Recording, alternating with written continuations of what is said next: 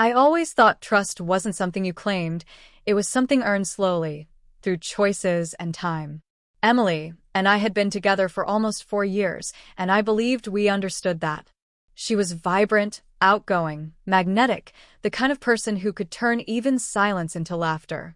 I was her opposite, quiet, steady, preferring calm over chaos.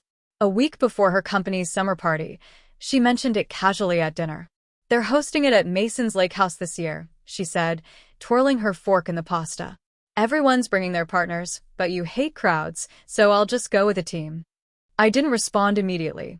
I knew her coworkers, especially Mason, a man who wore charm like armor and smiled like he had already won. He joked about Emily's dress being dangerously distracting. She laughed, but I felt the tension beneath it. I murmured, "If Mason's hosting, be careful. Those parties can get wild." She rolled her eyes. "Ethan, you're overthinking. It's just a party." I said nothing, knowing sometimes the smallest gatherings are where trouble begins. She reached for her phone, ending the discussion without outright dismissing it. That was when I felt a subtle shift, a cold distance creeping between us, unnamed but real. The night arrived quickly. She looked effortlessly stunning in a simple black top and jeans. I offered to drive her, but she shook her head with a smile. "Relax. I'll text you when I'm back," she said, kissing my cheek. Midnight passed. Then 1, then 2. By 3, I stopped pretending I could sleep. I called her repeatedly, unanswered each time. At 3:07 a.m., a message appeared. "I'll explain tomorrow. Don't wake up." It wasn't guilty, but it carried a weight that felt guilty. Morning found me at the kitchen table, cold coffee untouched. When her key turned, my pulse jumped. She entered looking disheveled, hair tangled, makeup smudged, wearing a sweatshirt that wasn't hers. I said nothing at first. "There's coffee if you want some," I offered. She nodded, lingering near the door. "Ethan, please, just hear me out before you say anything." That sentence only exists when something fragile has already broken. "I drank too much," she admitted. "Mason said people could crash at the lake house." I stayed in the guest room. Her silence spoke more than her words. I wasn't angry yet, just hollow.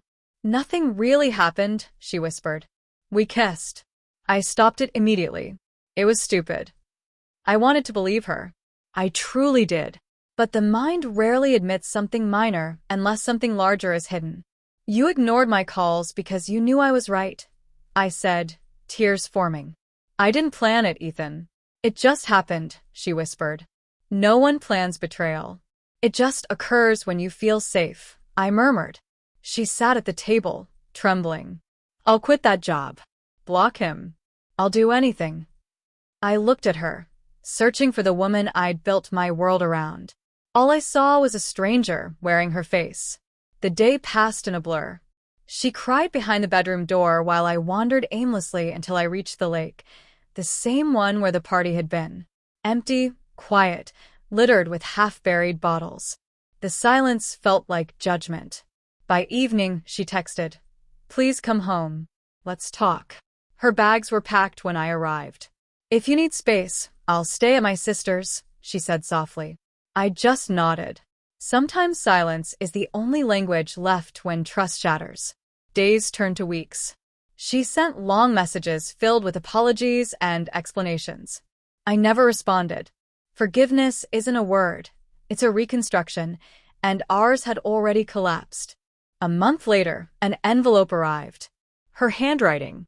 Inside was a photo of us at the coast 2 summers prior, laughing into the wind, and a letter. "If I could go back to that night at the lake, I'd leave before it began," she wrote. "You warned me because you cared. I ignored you, chasing freedom. I didn't realize freedom without respect is just loneliness." I read it 3 times, folded it carefully, and stored it with old postcards, not out of hope, but because it was part of the story. Some lessons arrived too late to protect what they were meant to. The next weekend, I returned to the lake, not for her, but to let go. The air smelled of pine and rain. I picked up a flat stone, skipped it across the water, watching the ripples fade. That's when I realized betrayal doesn't always end in fury.